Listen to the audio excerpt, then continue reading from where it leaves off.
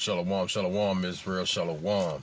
It's your brother Joshua back with another quick coffee break and a quick exhortation for the brothers and sisters in the truth. First and foremost, I want to give all honor and all glory to Yahweh, Bahashim Yahweh Shai, right? And I want to come give a quick exhortation about endurance in this truth. You know, steps to enduring in this truth, right? Things that you have to take and you have to consider along the way in this walk, right? It's a long road.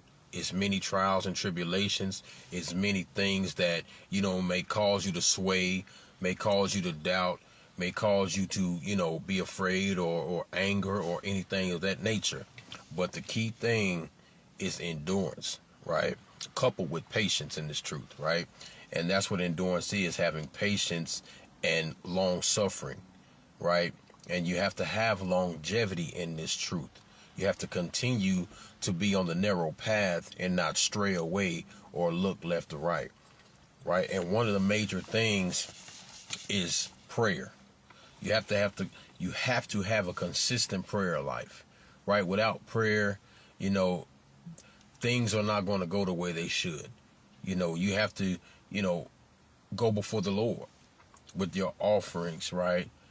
Right, with your thanksgiving, right, with your requests, your petitions, things of that nature, right? You have to go before the Most High, right? You are a priest of the Most High, right? So you have to offer your offerings to the Lord.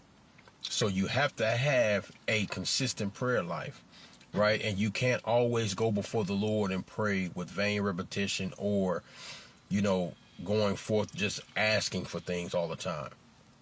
Right? Learn to thank the Most High. Learn to just, you know, stop what you're doing and pray thanking the Most High, man. Giving him praise and honor for being who he is, for waking you up in the morning, for giving you things that you have and giving you the things that you don't have, right? Keeping those things from you, rather, right? Things that could, you know, possibly deter you away from the Most High, right? And things of that nature. But one thing is also to pray to the Lord and thank him for everything you've done. He's done for you, right? And the things that he's allowed you to accomplish in this walk. And ask the Lord to increase you, right? So lock you, this phone is falling, right? So you want to ask the Lord to increase you in these last days, right? We have to be increased in this walk or we're not going to make it. You can't stay stagnant in this truth, right? And the key thing is praying for one another.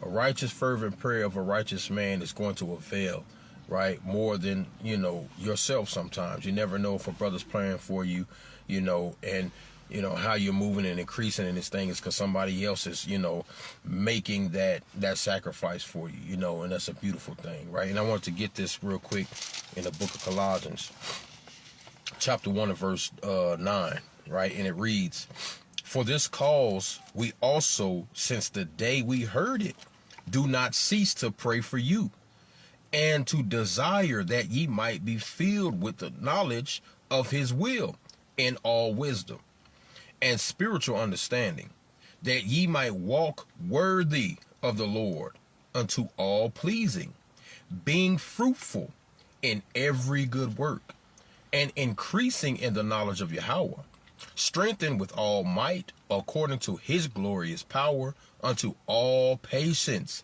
and long suffering with joyfulness."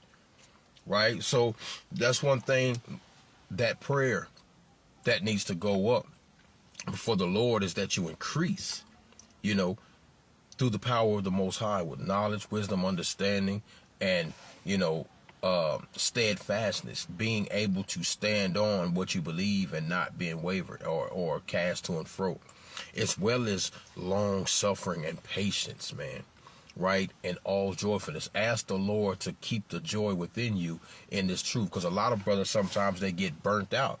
They come in this thing with wheels turning and blazing fire, man, and ready to go, not understanding that this is something that you have to practice endurance. It's a long run, right? And you can't just sprint, you know, because you're going to burn yourself out. So you have to take it, you know, steps at a time and try to ask the Most High to increase you along the way. But it has to be consistent and diligent in the walk for you to be increased, right? And that long suffering, is coupled with the patience, right? And keeping the joy of being happy to do these things. And another thing is the washing and the cleansing of your spirit, keeping your hands clean, right? You have to keep your hands clean in this truth, in this walk, man. Right? You cannot endure if you're constantly in sin. The Lord said his spirit will not dwell with a man's body that's subject to sin, man. When you're always into some madness, some wickedness, some type of dark lewdness or whatever it is, the Lord can't deal with you, because the Lord will begin to, withdraw himself from you. If you're constantly, have a reputation of sinning, man. Right? So you want to, put away from those things that are contrary to the truth, those that are contrary to goodness, right? The darkness of this world, things of that nature, the vain things that have no profit in the Most High, right? In this walk, you have to let those things go, right? So let's go to Hebrews real quick, right? Let's get the classic, right? The book of Hebrews. All right, this is the book of Hebrews, chapter 12,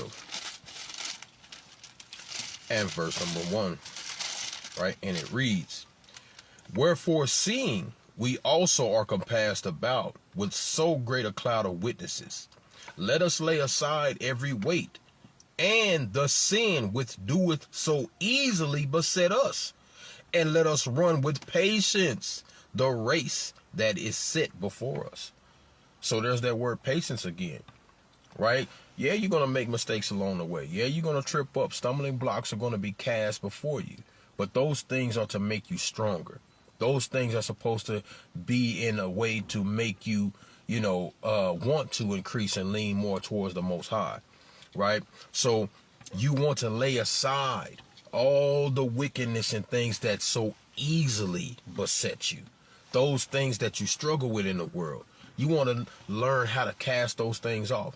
Decrease those habits more and more every day as you walk in this truth. Find ways and avenues through the scriptures, through your brethren, your sisters, things of that nature to help you, subdue those demons that you struggle with. And that sin that you struggle with will easily beset you, meaning will set you back from your journey, from your increasing. It will actually decrease you.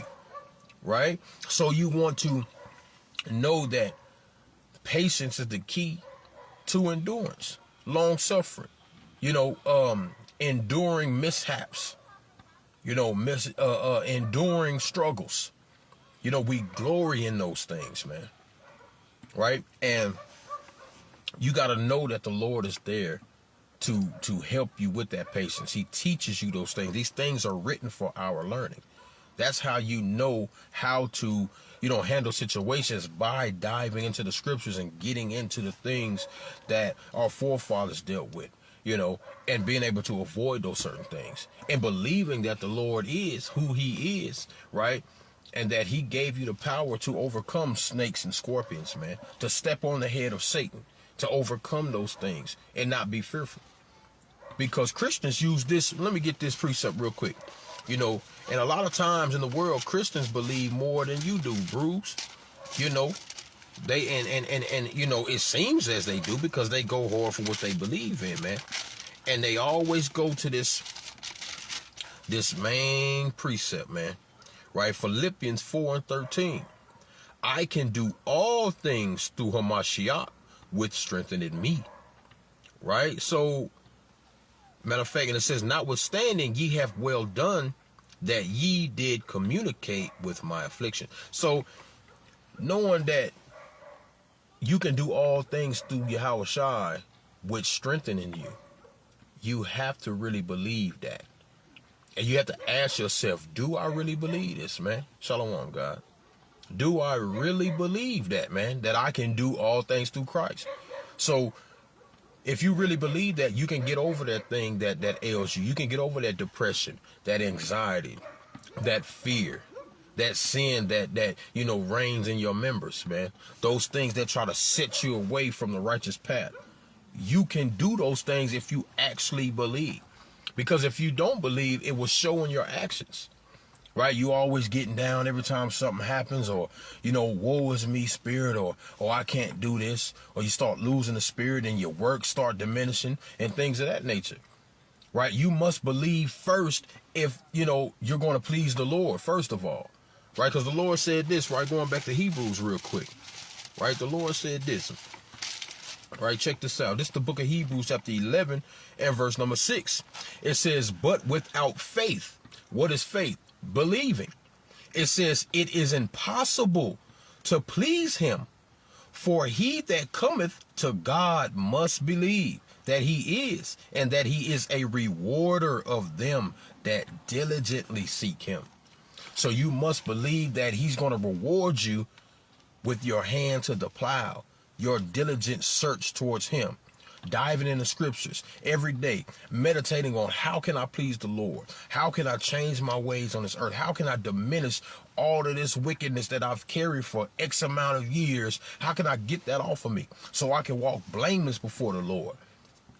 I can do all things through a Mashiach that strengtheneth me. Always keep that in your head, man. How? By walking like the Lord walked. He came to be that example, man. He gloried through tribulation. Don't think Yahushua wasn't tempted when he was on the earth, man. He was made and he was created just like you in flesh and blood, man. So he walked among, thieves and whoremongers and liars and murderers and all type of stuff. He did the same things you did. But worse, he went through it. But yet he was still the meekest, the strongest, the most humble, right, person that you could ever be around. The example set how you should be. He was blameless with all of those things. Being tempted in the spirit. Having to fast 40 days and 40 nights. Right? When he was at his weakness. It's when Satan tempted him the most. But yet he endured because he leaned on the Lord. He understood what he had to do, what his assignment was. When you come into this truth, that's what you have to do, is understand and believe what your assignment is. It's not to come in for a fashion statement or a fad or to wear the longest fringes or have, the biggest following. No, it's to repent and come out of the world. Ultimately to get the kingdom. But yet before all those things happen, to please the Lord. How are you pleasing him? By the repentance, by the walking, right? Staying strong. You have to know these things, man. You have to stand strong on it. And the temptations and the afflictions that come, endure those things, man. Be happy when they come, because that's when you know the Lord is dealing with you. It's when you're able to face that adversity and overcome those things, right? Check this out. Let's go to Romans real quick, right? The book of Romans, chapter 5 and verse number 3. And it reads, and not only so, but we glory in tribulations, also knowing that tribulation worketh patience, and patience experience, and experience hope. And there's that word patience again, man. Being able to endure those things. It works patience, man. Patience. Right? And that patience creates experience. Hey, man, I've been here before. This temptation has come up against me, man. Hey, yo, now I know how to deal with that. Because I've been suffering this for so long, now I can avoid these things. Right? So understand that, man. You can endure through all these things through the Most High, man. And what we're trying to do at the end of the day is ultimately get that incorruptible crown. The crown that never fades, that never rusts, that never goes away, that can never be taken off of your head. Right? Because in the world, we go so hard for when we play sports, at work, good certificates, the employee of the month, you're cheesing hard in your pictures, you got the ribbon of participation, you got that 10-foot tall baseball trophy back in the day that you always go to and tell your homeboy, remember, I used to be that stud back then. Those are corruptible crowns. Those things rust and they give away. We're trying to obtain the incorruptible crown that's going to last forever, man. And for that, we don't faint in this truth. We keep marching, man. Right? We keep marching, man. Right? Let's get to classic. I'm gonna get one or two more. Let's go to 2 Corinthians real quick, right? Let's go to 2 Corinthians chapter 4, and I'm gonna start at verse 16. Matter of fact, verse 16, it says, I'm gonna start at verse number 14. It says, knowing that he which raised up the Lord Amashiach shall raise up us also by Yahushua, and shall present us with you. For all things are for your sakes, and the abundant grace might through the thanksgiving of many redound to the glory of Yahweh. It says, for which cause we faint not, but through our outward man perish yet, the inward man is renewed day by day. So to receive that glorious, resurrection with the Lord, we cannot faint. We want that everlasting crown, that rulership, that cold air with the Lord in the kingdom, man. Right? So it says, for which cause we faint not. So for those things, we don't faint. We want to please the Lord. And it says, through our outward man, we perish daily. So we take those sins off. We destroy those sins. Right? And we grow in the inward man. It says, in the inward man, renewed day by day. For our light affliction, which is but for a moment, worketh for us a far more exceeding and eternal weight of glory. So the things that you're going through in the world right now is just a small affliction. The Lord said, for our light affliction.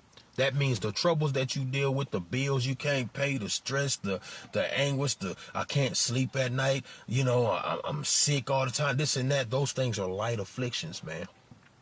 Those things are very light. And it says, which is but for a moment, because those things are going to pass away. It says, worketh for us a far more exceeding and eternal weight of glory, while we look not at the things which we've seen, but at the things which we are not seen. For the things which we seen are temporal, but the things which we are not seen are eternal. So right now you can't see the kingdom of heaven. Right now, you can't see Yahweh in all his glory, Yahweh and all the angels, man. You can't see all the good works that you're putting forth on a spiritual level, but on a physical level, you can see by the increasing, Salakia, of, your works, your knowledge, your wisdom, the crowd that you shedded off and left behind in the world, and the brothers and sisters that you've gained, the lives that you touch, right? All the things that the Lord has provided you with, your family flourishing and growing in the knowledge, things of that nature. You see those fruits. Those are the things that, should keep you going, man. And should keep you on a path of a straight righteousness, man, to help you endure, man. Right? And to always believe your works are going to be rewarded. And the Lord is not going to forget those things which you do, right? Let me get that real quick, man, before I close it out. Right, going back to Hebrews, man. Right, the book of Hebrews, chapter 6 and verse number 10, and it reads, for God is not unrighteous to forget your work and labor of love, which ye have shewed toward his name, and that ye have ministered to the saints and do minister. So the Most High is not unrighteous to forget your works and your labor of love. So don't stop, man. Because your reward is coming at the end of the day if you keep moving, if you keep enduring, if you keep pushing, and you don't give up. You're going to see that. You're going to reap the fruits of your labor, man, if you believe that. And I'm going to end it with this, right? The book of Galatians, chapter 6 and verse number 9. And let us not be weary in well-doing, for in due season we shall reap if we faint not. So with that, giving all honor and glory to Yahweh Shem Yahushai, I hope this was edifying. Take these precepts and apply them to your life, man. Shalom.